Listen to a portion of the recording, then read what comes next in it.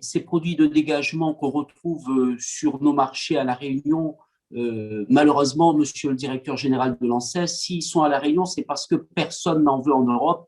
Vous comprendrez bien que c'est des produits avec une qualité nutritive fortement dégradée. Ça, c'est d'un point de vue de la santé. Merci, cher collègue Nailé. Et avant que vous ne répondiez, monsieur le directeur général, je m'associe à mes deux collègues de l'océan Indien pour regretter effectivement ces produits de dégagement qui ont un double effet, ça a été dit, un sanitaire, mais directement aussi économique parce que ça concurrence brutalement la production locale qui a des coûts de production bien plus importants. Et dans des pays à pouvoir d'achat faible tels que les nôtres, entre guillemets la ménagère, ou bien le ménager d'ailleurs, quand il a le choix entre un kilo de porc local à 5,50 € ou une côte de porc à 1,99 €, eh bien, il a vite fait le choix pour nourrir ses enfants au détriment de la qualité de la production locale. Mais vous l'avez très bien dit, ça n'est pas directement de votre ressort, mais je tenais à le signaler après mes deux collègues.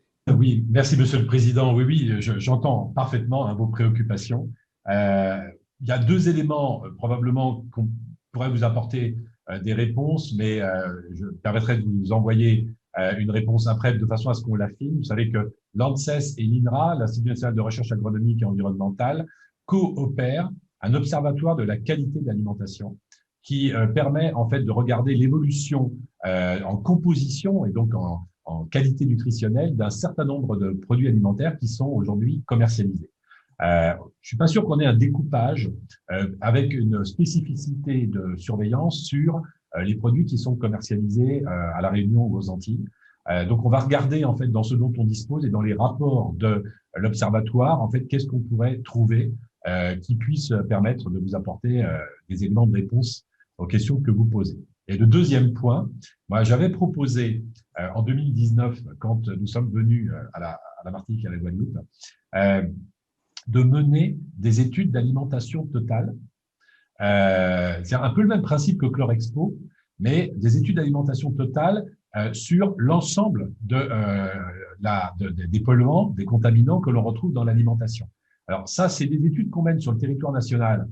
C'est une méthode qui est éprouvée sur le plan scientifique et partagée au niveau européen. Ça permet de faire des comparaisons entre les pays. Et on a mesuré plus de 800 contaminants, depuis des métaux lourds jusqu'à des produits de transformation par la cuisson, etc., dans l'alimentation. On a publié en 2016 une évaluation sur cette enquête d'alimentation totale pour les enfants de moins de 6 ans. On avait fait une étude en population générale en 2011. Et bien sûr, dans les mois qui viennent, on relancera une étude EAT sur la population générale. La difficulté, c'est que ces études, statistiquement, le nombre de personnes impliquées, il y a plus de 5000 foyers, ne permettent pas d'avoir une représentation statistique au niveau des régions.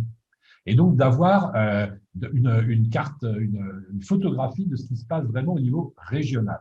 Donc j'avais proposé qu'on conduise ces études en Martinique et en Guadeloupe, mais le budget hors salaire des personnels de l'ANSES, c'est à peu près 3 millions d'euros pour chacune des deux îles.